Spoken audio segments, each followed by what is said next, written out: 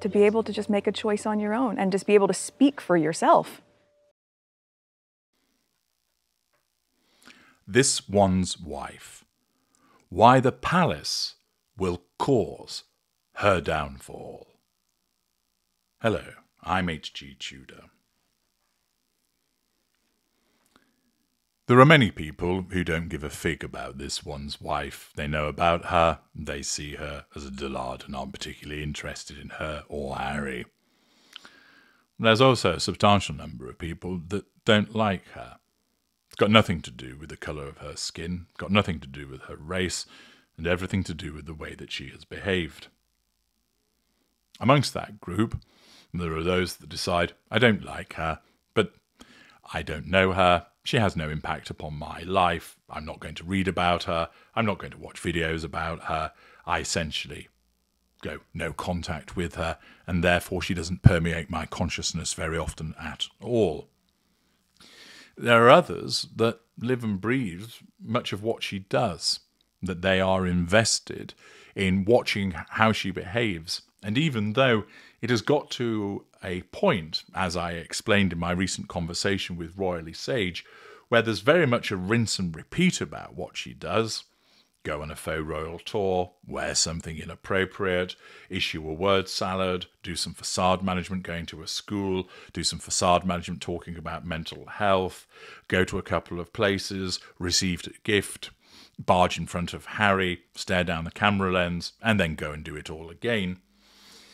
The fact is, there are those that still continue to want to understand what she's doing, because they want to see that moment when she experiences her downfall.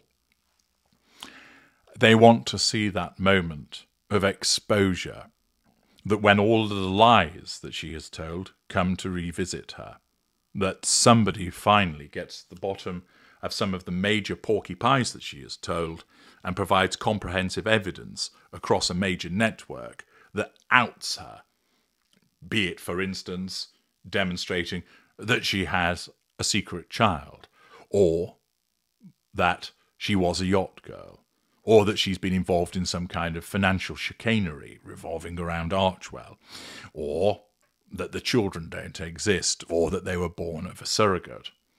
Whatever it might be, and there are some supposed mighty skeletons apparently lurking in the cupboard for her, there are those that remain invested because they want to see that being brought to the fore in order to essentially finish this one's wife.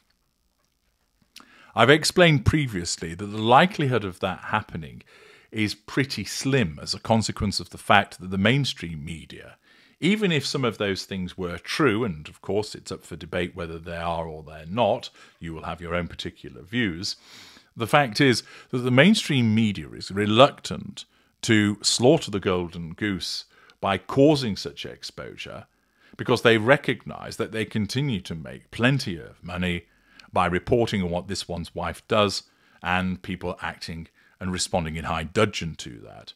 That she still causes thousands of comments, for instance, below the line at the Daily Mail. There are hundreds of comments even in the New York Post below the line. That social media is awash with reaction. That all of these commentators know that there are still plenty of people out there that will read about her, that will talk about her, that will want to watch material about her in the expectation of then commenting adversely about it, criticising her further, even though much of it is repetition of what has gone before. These individuals are waiting around for that moment of exposure, which actually may never come for the reasons that I've explained. But what will actually be more likely to bring about her downfall is the behaviour of the palace, both in terms of Buckingham Palace and Kensington Palace. What is that? Is it the case that King Charles has a secret dossier compiled by MI5 and MI6 which lays all of the secrets of this one's wife out to analysis so that people can see what she's truly done, supported by evidence, and that all King Charles need do is give the nod for that information to be leaked, and a suitable outlet carries that information and it exposes and finishes her? Well, whether such file exists or not, King Charles is unlikely to engage in that behaviour because of the impact that it might have upon Harry. Instead, they are more likely to bring about her downfall as a consequence of what they've been doing so far, following expert advice. You may recall that I conducted a series about the top 20 people that this one's wife ought to be concerned about. If you haven't watched that, I encourage you to do so. It's very interesting. And, spoiler alert, at the top of the tree in terms of who she should in effect fear was herself. Because like many narcissists of the lesser and mid-range ilk, give them enough rope and they'll hang themselves. You see, what Kensington and Buckingham Palace have essentially adopted is a no-contact regime in relation to this one's wife. They don't comment about her. They don't publicise in relation to her birthday. They don't respond to the things that she does. They don't comment on the things that she does. They ignore. They aren't allowing calls to come through, for instance, when Harry has been getting in touch. Met with a wall of silence. This, of course, is the most appropriate thing to do in relation to a narcissist, something that I repeatedly explain in my many books and videos in how to handle and deal with the narcissist. But for this one's wife, this is particularly problematic because it will ultimately lead to her downfall. Here's why. Ordinarily, if you impose that solid no-contact regime in relation to a narcissist, eventually the narcissist narcissism says, there's no point keep trying to assert control over them directly by hoovering them. It's getting us nowhere, and it's wounding our narcissist. We are a self-defense mechanism. Our job is to protect this narcissist. Therefore, we know that if we now try and call or turn up, we'll be rejected by that victim. We won't be able to get to them. We've tried numerous times before, and we remember that wounding. Therefore, we're not going to try this time. And thus the narcissist goes off elsewhere. And they go and find a new intimate partner primary source and move on with them. They deal with their existing intimate partner secondary sources and non-intimate secondary sources. Maybe months down the line, because the effect of the wounding fades over time, the narcissist might try and have another nibble on this former intimate partner primary source, only to find that they can't get through the no-contact regime, so the narcissism gives up and doesn't try for another 8 months, or 2 years, or 5 years, whatever it might be. And thus the victim is ostensibly left alone. But that isn't what happens with this one's wife. You see, unlike the example that I've just given you, this one's wife not only is known internationally, she's known around the globe, but she also has the means of trying to draw attention to herself as a consequence of, one, she still has sufficient money for PR puff pieces, and two, the mainstream media will respond to PR releases that are sent their way.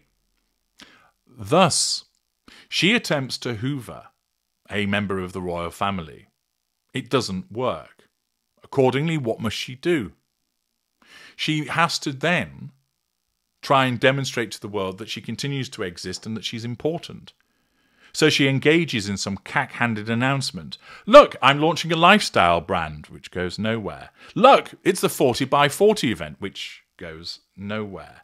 I'm going to march on Washington with Gloria Steinem, who I'm not bothered with for at least 2 years, and so on and so forth.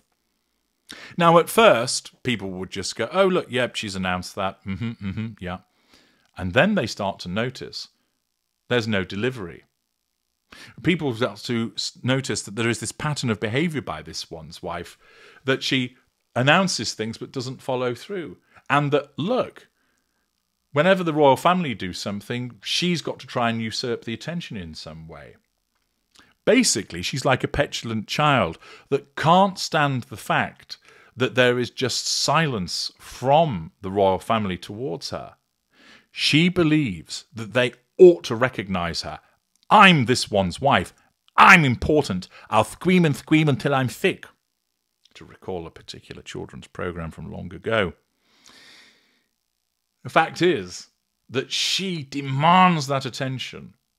And because within the royal family there is the one that got away, and the nemesis, and the fact that the royal family are regularly reported on, she can't help but be made aware of what they are doing, which means that they come upon her radar, which means that her narcissism then asks, is this appropriate person in the royal family under control? No, they're not. Or we don't have any information, which means that they're not. We must try and get them under control. Shall we hoover them directly? No, that won't work. Okay, let's organise a PR puff piece or some announcement in order to bring attention back onto this one's wife. So she does. And more people see it as a desperate attempt for attention, a pathetic attempt to cause people to look at her. And they laugh and they ridicule and they see through it. And because this one's wife never, ever learns from her failings, because she doesn't see them as failings, because it's always somebody else's fault, the next time she does it again and again and again. And what happens is she just adds more grist to the mill. She creates more evidence of her narcissism. She creates more examples of her desperation. She provides more instances of her pettiness, so that more people who might hitherto have given her the benefit of the doubt see just what a fame-hungry attention whore she is. And then they turn against her, or they think it's pathetic. And thus, it's her that will create her own downfall, generated by the palace's refusal to engage with her. It drives her nuts that they won't respond. She believes that they should. They should recognise her. They should invite her. They should want to contact her. She doesn't think to herself, oh, I don't blame them after the way that I've behaved, because remember, she's the victim on all of this.